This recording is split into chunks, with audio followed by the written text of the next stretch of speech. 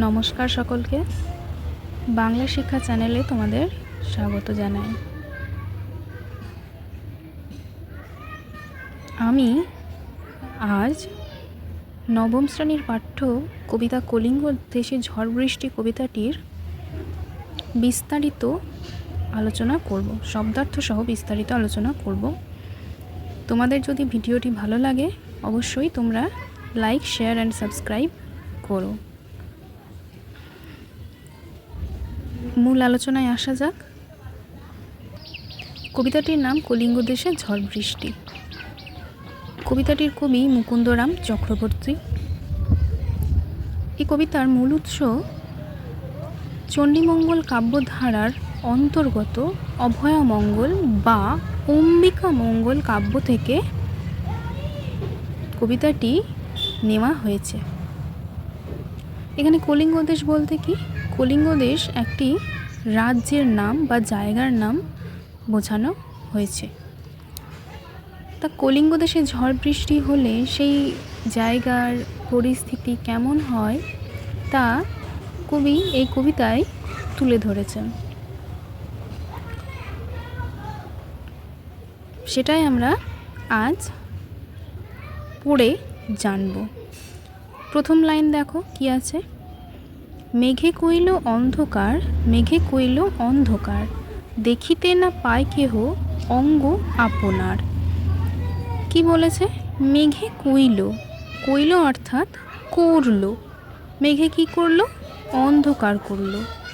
মেঘে এই দুবার, এই লাইনটি কবি দুবার ব্যবহার করেছেন। আচ্ছা, একটা কথা বলে রাখি, তোমাদের যেসব শব্দগুলো জটিল মনে হবে তোমরা অবশ্যই সেই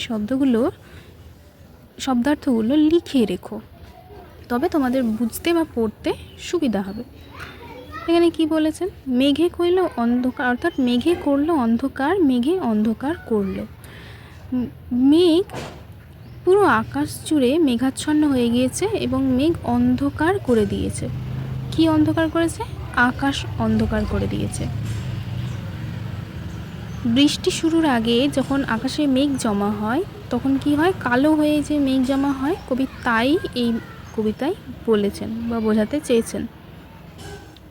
দেখিতে না পায় কেহ অঙ্গ আপনার, এতটাই অন্ধকার যে কেউ কারোর শরীর, কেউ কাউকে দেখতে পাচ্ছে না। অঙ্গ মানে শরীর, আপনার মানে নিজের। কেউ কাউকে বা কেউ কারোর নিজেকে কেউ দেখতে পাচ্ছে না। ঈশানে উড়িল মেঘ সঘনে চিকুর, উত্তর পবনে মেঘ ডাকে দূর দূর।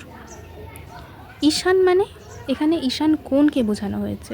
আমরা জানি 10টি দিক আমাদের, উত্তর, দক্ষিণ, পূর্ব, পশ্চিম, ঈশান, অগ্নি, বায়ু, নৈঋত। তা ঈশান কোণ বলতে কোন কোণ? ঈশান কোণ বলতে উত্তর পূর্ব কোণটিকে বলা হয় ঈশান কোণ। কোন কোণে মেঘ উঠেছে? নাকি ঈশান কোণে, অর্থাৎ উত্তর পূর্ব দিকে মেঘ জমেছে বা মেঘ উঠেছে। আর কি হচ্ছে? সঘনে মানে ঘন ঘন, খুব তাড়াতাড়ি। কি হচ্ছে? চিকুর। চিকুর মানে চিকুর শব্দের অর্থ বিদ্যুৎ। খুব ঘন ঘন বিদ্যুৎ চমকাচ্ছে বা মেঘ ডাকছে। উত্তর পূর্ব কোণে মেঘ উঠেছে এবং খুব জোরে জোরে মেঘ ডাকছে। উত্তর পবনে মেঘ ডাকে দূর দূর। উত্তর পবনে মানে উত্তর দিকে। পবনে মানে এখানে মানে পবন মানে সাধারণত বাতাস, কিন্তু এখানে বাতাস অর্থে এটা বোঝাবে না, এটা আকাশ বা দিক অর্থে বোঝাবে। কারণ বাতাসে তো মেঘ ডাকে না, মেঘ আকাশে থাকে, সে তো এটা বাতাস অর্থে বোঝাবে না। উত্তর পবনে মেঘ ডাকে দূর দূর। উত্তর দিকে মেঘ কেমন করে ডাকছে? নাকি দূর দূর করে ডাকছে। নিমেষেকে জোরে মেঘ গগন মণ্ডল, চারি মেঘে বরিশে মুষলধারে জল। কি বলেছে? নিমেষেকে মানে নিমেষের মধ্যে, মুহূর্তের মধ্যে মেঘ জোরে জোরে বলতে জড়ো হয়ে গেল মেঘ। গগন মণ্ডল, গগন মানে আকাশ আর মণ্ডল মানে সমগ্র আকাশকে এখানে মণ্ডল বলছে। মুহূর্তের মধ্যেই পুরো আকাশ জুড়ে মেঘে ছেয়ে গেল। চারি মেঘে বরিশে মুষলধারে জল। চারি মেঘে মানে চারিদিক থেকে যে মেঘ উঠেছে তাকে চারি মেঘ বলছে। এই চারি মেঘের চারিদিকের মেঘের আবার নাম আছে। চারটি দিকের যে মেঘ হয় সেই মেঘের আবার নাম আছে। কি কি? সম্বর্ত, আবর্ত, পুষ্কর, দ্রোণ। এই চারটি মেঘ মিলে বরিশে মানে বর্ষণ করছে মুষলধারে, মানে মুষলধারে অর্থাৎ ঝমঝম করে, ঝমঝম করে বৃষ্টি পড়ছে বা জল পড়ছে। কলিঙ্গে উড়িয়া মেঘ ডাকে উচ্চনাদ, প্রলয় গনিয়া প্রজা ভাবয়ে বিষাদ। হুর হুর দূর দূর বহে ঘন ঝড়, বিপাকে ভবন ছাড়ি প্রজা দিল রর। কলিঙ্গে উড়িয়া মেঘ ডাকে উচ্চনাদ, এই লাইনের অর্থ আগে আমরা বুঝি। কলিঙ্গে মানে প্রথমেই বললাম, কলিঙ্গ বলতে একটা জায়গাকে বোঝানো হয়েছে বা একটা দেশকে বোঝানো হয়েছে বা একটা রাজ্যকে বোঝানো হয়েছে, বোঝাতে চেয়েছেন কবি। কলিঙ্গে উড়িয়া মেঘ, কলিঙ্গে যে মেঘ উঠেছে ডাকে উচ্চনাদ, সেই মেঘ কেমন করে ডাকছে? নাকি তারস্বরে চিৎকার করে ডাকছে, খুব জোরে জোরে গুরুগম্ভীর আওয়াজ করছে। প্রলয় গনিয়া প্রজা ভাবয়ে বিষাদ, প্রলয় মানে দুর্যোগ। আমার বইয়ে যে দুর্যোগ বানান লেখা আছে সেই বানানটি ভুল, তোমরা একটু স্কিপ করে যেও এটা। প্রলয় মানে দুর্যোগ, প্রলয় দুর্যোগ বা বিপদ। গনিয়া মানে গণনা করে, গণক কি করেন? গণনা করেন, সেই অর্থে এখানে গনিয়া শব্দটি কবি ব্যবহার করেছেন। দুর্যোগ বুঝতে পেরে বা গণনা করে প্রজা কি করছে? প্রজা মানে জনসাধারণ। এখানে কলিঙ্গ দেশের যে সব মানুষ, সেই মানুষকে কবি প্রজা বলেছেন। ভবয়ে বিষাদ, তারা এবার ভাবছে যে ওদের দুঃখ আসছে, দুর্যোগ আসছে মানে ওদের দুঃখ আসছে। বিষাদ মানে দুঃখ, যন্ত্রণা, কষ্ট। সেহেতু ঝড় বৃষ্টির ফলে কি আসতে চলেছে? প্রজাদের দুঃখ আসতে চলেছে, এটা তারা বুঝতে পারছে, আগে থেকেই তারা টের পাচ্ছে যে এবার তাদের দুঃখের সময় শুরু হলো। হুর হুর দূর দূর বহে ঘন ঝড়, ঘন ঝড় কেমন করে বইছে? নাকি হুর হুর দূর দূর। এই শব্দগুলো কবি উপমা অর্থে ব্যবহার করেছেন। ঝড়ের যে শব্দ হয় সেই ঝড়ের শব্দকে কবি এই সব শব্দগুলো দিয়ে, ঝড়ের যে আওয়াজ হয় সেই আওয়াজকে কবি এই সব শব্দগুলো দিয়ে বর্ণনা করেছেন। ঝড়ের আওয়াজ কেমন? হুর হুর দূর দূর, বহে ঘন ঝড়, খুব ঘন ঝড় বইছে।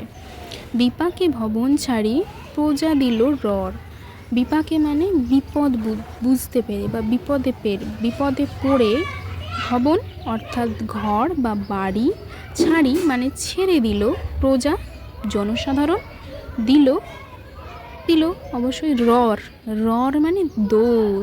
তারা বিপদ বুঝতে পেরে বাড়িঘর ছেড়ে দৌড় দিল বা পালিয়ে গেল। এত ঝড় বৃষ্টি, যার ফলে তাদের বিপদ আসছে জেনে বুঝতে পেরে ওরা বাড়িঘর ছেড়ে চলে গেল। ধুলে আচ্ছাদিত হইল যে ছিল হরিত, উল্টিয়া পরে শস্য প্রজা চমকিত। ধুলে কি আচ্ছাদিত হইল? হরিত। হরিত মানে সবুজ, সবুজ বলতে কি বোঝায়? গাছপালা বোঝায়, সবুজ গাছপালাকে বোঝায়। ধুলে মানে ধুলোতে আচ্ছাদিত, ঢাকা পড়লো। কি ঢাকা পড়লো? না সবুজ গাছপালা, যত সব সবুজ গাছপালা ছিল ঝড়ের তাণ্ডবে সম্পূর্ণ ধুলোয় নিমজ্জিত হলো বা ধুলোয় ঢাকা পড়লো। উল্টিয়া পরে শস্য প্রজা চমকিত। উল্টিয়া পরে মানে মাঠের যে শস্য আছে, যে ফসল আছে তা উল্টে পড়ছে, তার ফলে কি হচ্ছে? প্রজা চমকিত হচ্ছে, মানে চমকে যাচ্ছে যে তাদের ফসল উল্টিয়া পড়ছে, মানে ফসল যে বিনষ্ট হয়ে যাচ্ছে। তাদের ফসল বিনষ্ট হয়ে গেলে তাদের সারা বছরের খাদ্যের যোগান তারা যোগাবে কী করে? তাই প্রজা চমকে উঠছে বা আতঙ্কিত হচ্ছে। চারি মেঘে জল দেয় অষ্ট গজরাজ, সঘনে চিকুর পরে ব্যঙ্গ তর্কা বাজ। চারি মেঘ, এর আগে একবার চারি মেঘের উল্লেখ কবি করেছেন, আবারও চারি মেঘের উল্লেখ করেছেন। যা বললাম, চারি মেঘ মানে সম্বর্ত, আবর্ত, পুষ্কর, দ্রোণ, এই চারটি মেঘের কিন্তু নাম আছে এবং এই বিষয়টি ইম্পর্ট্যান্ট, তোমরা লিখে রাখবে, অবশ্যই লিখে রাখবে, তোমাদের হয়তো প্রশ্ন আসতে পারে। চারি মেঘে জল দেয় অষ্টগজরাজ। চারি মেঘে কে জল দিচ্ছে না অষ্টগজরাজ। গজরাজ অর্থ হাতি। 8টি হাতি মিলে 4টি মেঘে জল দিচ্ছে এবং সেই জল মাটিতে বা পৃথিবীতে বৃষ্টির আকারে নেমে আসছে। এবার অষ্টগজরাজেরও নাম আছে। 8টি হাতিরও নাম আছে না, কি কি? কুমুদ, ঐতাবৎ, পুণ্ডরীক্ষ, পুষ্পদত্ত, অঞ্জন, বামন, সুপ্রতীক, সার্বভৌম। এই 8টি নাম তোমরা অবশ্যই মনে রাখবে, এইটা থেকে একটা প্রশ্ন আসতে পারে। তোমাদের বোঝার সুবিধার জন্য আমি পাশে লিখে দিয়েছি, তোমরা অবশ্যই এটা নোট করে নিও। সঘনে চিকুর পড়ে ব্যঙ্গ তর্কা বাজ। সঘনে অর্থাৎ ঘন ঘন। ঘন ঘন বিদ্যুৎ পড়ছে। কেমন করে বিদ্যুৎ পড়ছে? ব্যঙ্গ তর্কা, মানে ব্যাঙের মতন লাফিয়ে লাফিয়ে বাজ পড়ছে। বিদ্যুৎ ব্যাঙের মতন লাফিয়ে লাফিয়ে বাজ পড়ছে। ব্যাঙ যেমন তরম তরম করে লাফাতে লাফাতে যায়, সেরকম লাফিয়ে লাফিয়ে বাজ পড়ছে। করিকর সমান বরিশে জলধারা, জলে মহি একাকার পথ হইল হারা। করিকর মানে হাতির সুর। হাতির সুরের সমান জলধারা বর্ষণ হচ্ছে। মানে হাতি যদি জল তুলে অন্য কোথাও দেয় তাহলে সেটা কেমন হবে? হাতির সুর মোটা, তার সুরের মধ্যে অনেকটা জলই ধরবে। সেহেতু ও যদি সুরে করে জল দেয়, তবে যেমনভাবে জল পড়ে সেই রকমভাবে মুষলধারে বৃষ্টি পড়ছে, জলধারা বর্ষণ হচ্ছে। জলে মহি একাকার পথ হইল হারা।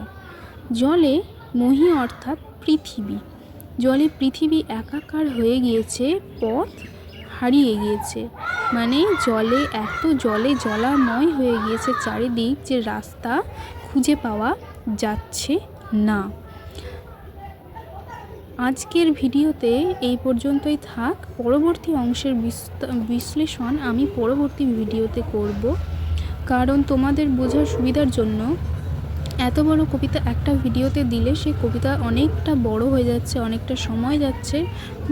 সেই কারণে আমি ভেবেছি যে পরবর্তী অংশের বিশ্লেষণ আমি পরবর্তী ভিডিওতে দেব। তোমাদের যদি এতদূর পর্যন্ত বুঝতে পারো, তোমাদের যদি আমার ভিডিও ভালো লাগে তাহলে অবশ্যই লাইক, শেয়ার অ্যান্ড সাবস্ক্রাইব করে দিও। আর তোমাদের যদি কোথাও সমস্যা হয় বা অসুবিধা হয় তাহলে তোমরা অবশ্যই আমাকে নিচে কমেন্টে জানিও। আমি চেষ্টা করব তোমাদের পাশে থাকার বা